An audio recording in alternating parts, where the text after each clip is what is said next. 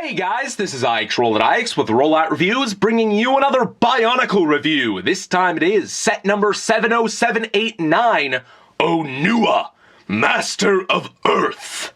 This set contains 108 pieces, including the Skull Spider and Golden Mask, and retails for about $20 US. Onua has always been characterful, but the new guy takes that one step further. Despite his large parts count, he remains one of the shortest of the Toa. That mass instead goes towards making him look wide and hulky. He is now much larger and much more complex, so we'll take an in-depth look at his construction starting from the bottom up. His feet are very different from any of the other Toa, much more bestial looking, which I suppose fits with the theme he's got going. He has the new armor part on his shins here in gold, accompanied by some purple CCBS shells. Complementing that is some translucent purple in his upper legs, which catches the light really well. He does have some friction extenders in his hips, which help keep his heavy body upright, but aside from that, the legs are extremely simple. It is worth noting that they are very, very short, especially when compared to the rest of his body.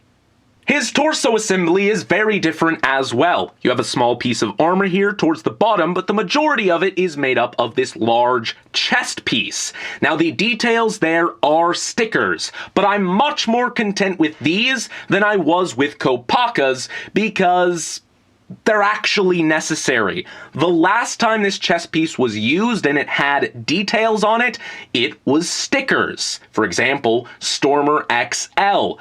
To make Onua match the rest of the Toa with details on their chests, they needed stickers for Onua's chest. It's much more cost-effective that way. Honestly, I think this design looks great. While Kopaka had the most cohesive of the printed designs, these are stickers and not quite printed. But this is the best of the 6 Toa designs just because the 2 stickers are symmetrical, much more cohesive. Now, Onua does have a little bit of chest articulation just because of the way it attaches, and that's a thing. Towards the back, he has a little bit of extra armor to help fill things out, but it doesn't quite cover his back towards the top, unfortunately. As for his arms, he has some large silver shoulder pads, which attach to his body in a pretty clever way using some Hordika necks.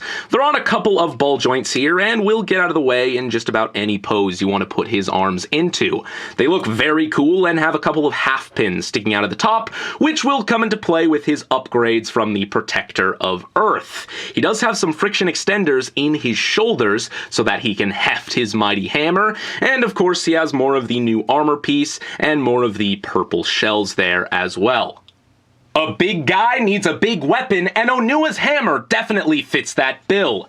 It's mainly comprised of the same pieces that make up his shoulder pads. However, it is worth noting that there's also a couple of half pins sticking out of either side, despite the fact that his hammer has little to nothing to do with his combination with the Protector.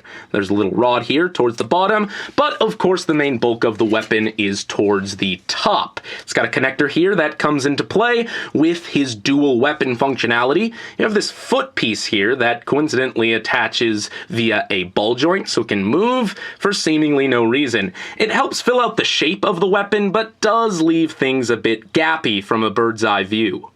Onua wears the Mask of Earth, which allows him his elemental abilities. This actually looks a lot like the original Picari, but it also takes some noticeable inspiration from the Picari Nuva.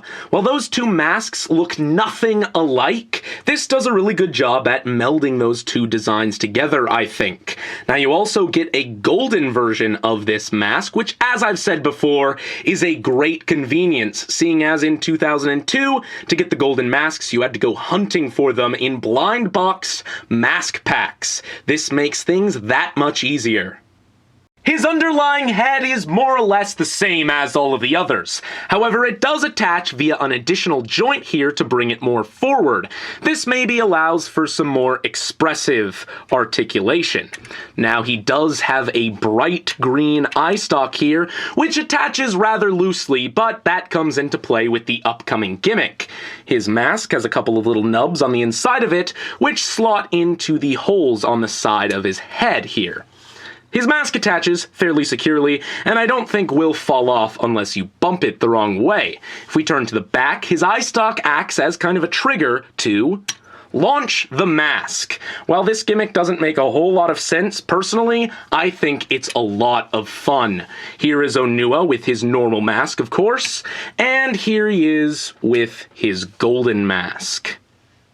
Of course, each of the new Toa have gear functions, Onua included. If we turn to the back here, we can see a bright yellow gear that signifies this is where you turn to activate the gimmick. By turning this left and right, it will swing his entire arm assembly up and down. You'll also notice that if I leave this up here, even while holding his heavy hammer, it stays up in the air.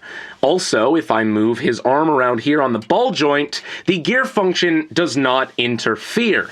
This is accomplished with an extra connector back here attached to a ball joint, providing a good amount of friction. This is easily the most stiff out of the 6 Toa gear functions. It is interesting that Onua has a double gear function, despite only having a single weapon, but things can be arranged.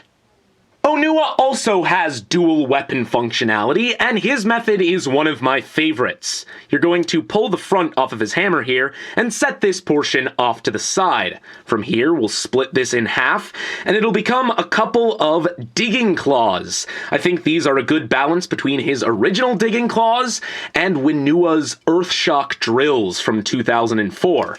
These will attach to his hands using the axle towards the bottom, just like this. Now the rest of the hammer will store on his back using this axle here and this connector here, just like that.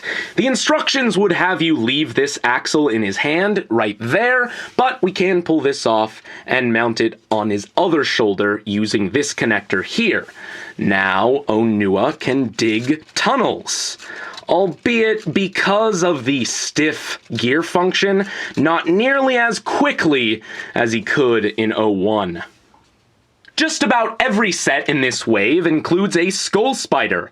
The one with Onua is the same exact variant as the one that came with Tahu, in this nice light green color. It's got 4 legs, they're all on hinges, and if we flip it around to the back, we can see it acts as a mask. If Onua were to get his mask knocked off of his face, it could then be replaced with a skull spider, and now he is under its control. Of course, it's just as simple to knock this off as well, unless, of course, we were to wrap the legs around the back, locking that feature in place, making things much more difficult for the Master of Earth.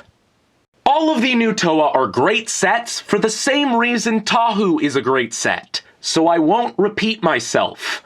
Onua is easily the most complex and the most unique of the 6. I love the addition of gold and purple in his color scheme, and his dual weapon functionality is a really good one.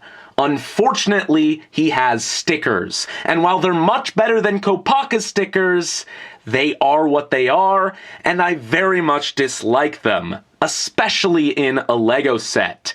Because of this fact, I have a hard time recommending this guy over some of the other Toa that do not have stickers. So that is about it, guys, and this is IX Roll at IX, signing off.